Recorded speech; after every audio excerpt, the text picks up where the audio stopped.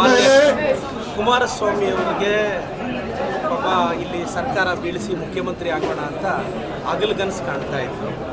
ಅದಾಗಲ್ಲ ಅಂತ ಗೊತ್ತಾಯ್ತು ಅವ್ರಿಗೆ. ಏನು ಮಾಡಬೇಕು, ಹೋಗಿ MP ಆಗಿ ಕೇಂದ್ರ ಮಂತ್ರಿ ಆದರು. ಒಂದು ಕಡೆ ಚನ್ನಪಟ್ಟಣ ಸೋಲ್ತೀವಿ ಅನ್ನೋ ಭಯ ಕುಮಾರಸ್ವಾಮಿ ಅವ್ರಿಗೆ ಬಂದಿದೆ. ಏನು ಸರ್ಕಾರ ಬೀಳಿಸೋಕ್ಕಾಗ್ತಿಲ್ವೇ, 25-30 ಸೀಟ್ ಇಟ್ಕೊಂಡು CM ಆಗ್ತಿದ್ರು, ಏನು ಹಿಂಗಾಗೋಯ್ತು ಅನ್ನೋ ಬೇಜಾರಲ್ಲಿದ್ದಾರೆ. ಅದರಲ್ಲಿ ಏನೇನೋ ಮಾತಾಡ್ತಿದ್ದಾರೆ. ಆವತ್ತು ನೋಡಿ, ನಮ್ಮದೇ ಸರ್ಕಾರ ಇದ್ದರು, ನಾವು ಯಾವುದೇ ಹಸ್ತಕ್ಷೇಪ ಮಾಡಲಿಲ್ಲ.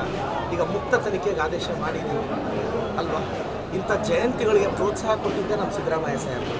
ಅವ್ರ ಬಗ್ಗೆ ಈಗ ಮಾತಾಡೋದು ಕುಮಾರಸ್ವಾಮಿ ಅವ್ರಿಗೆ ಶೋಭೆ ತರಲ್ಲ ಸರ್. ಈಗ ನಂದಿ ಬೆಟ್ಟ ಸುತ್ತಮುತ್ತ ಈಗ ರೆಸಾರ್ಟ್ಗಳಿಂದ ನಂದಿ ಬೆಟ್ಟಕ್ಕೆ ಆತಂಕ ಆಗಿದೆ ಹೇಳ್ತಿದ್ದೆ. ನೋಡಿ, ನಂದಿ ಬೆಟ್ಟದಲ್ಲಿ ಅಕ್ರಮವಾಗಿ ರೆಸಾರ್ಟ್ಗಳಿದೆ ಅಂತ ನಾನು SP ಅವ್ರಿಗೆ, DC ಅವ್ರಿಗೆ, EO ಅವ್ರಿಗೆ ವಾರಕ್ಕೆ ಮುಂಚೆನೇ ಪತ್ರ ಬರೆದಿದ್ದೀನಿ. ಯಾರೆಲ್ಲ ಪರ್ಮಿಷನ್ ತೊಗೊಂಡಿಲ್ವೋ ಇಮಿಡಿಯೇಟ್ ಕ್ಯಾನ್ಸಲ್ ಮಾಡಿ ಕ್ರಮ ತಗೊಳ್ಳಿ ಅಂತ ನಾನೇ ಪತ್ರ ಬರೆದಿದ್ದೀನಿ. ಸಂಬಂಧಪಟ್ಟ ಅಧಿಕಾರಿಗಳ ಹತ್ರ ಆ ಪತ್ರನೂ ಇದೆ.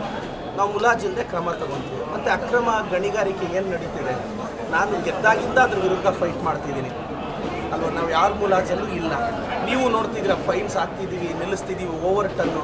ಆ ಟ್ರಕ್ಕರ್ಗಳು ಇವರು ಹೆಂಗಂದರೆ ಹಂಗೆ ಬಂದು ಆಕ್ಸಿಡೆಂಟ್ಗಳು ಮಾಡ್ತಾರೆ. ಕಾನೂನು ನನ್ನದು ಅಷ್ಟೇ. ನಂದಿ ಸುತ್ತಮುತ್ತ ಯಾವುದೇ ಕ್ರಷರ್ಸ್ ನಡೀಬಾರ್ದು ಅನ್ನೋದು ನನ್ನ ವಾದ. ನನ್ನ ಹಂತದಲ್ಲಂತೂ ನಾನು ಸ್ಟ್ರಾಂಗಾಗಿ ರೆಸಿಸ್ಟ್ ಮಾಡ್ತೀನಿ. ಕ್ರಷರ್ಗಳು ಚಿಕ್ಕಬಳ್ಳಾಪುರದಲ್ಲಿ ನಿಲ್ಲಿಸ್ಬಿಟ್ರೆ ಇನ್ನೂ ಒಳ್ಳೆಯದು.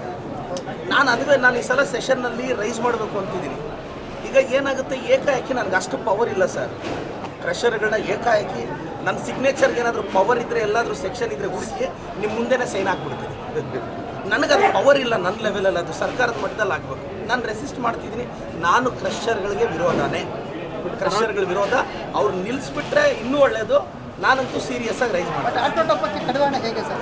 ಇಲ್ಲ ಸರ್, ಏನು ಮಾಡೋದು ನೋಡಿ, ಮೊನ್ನೆ ಪೆರೆಸ್ದ್ರ ಕ್ರಾಸಲ್ಲಿ ರಾತ್ರಿ 12:30 ಆಕ್ಸಿಡೆಂಟ್ ಆಗಿದೆ.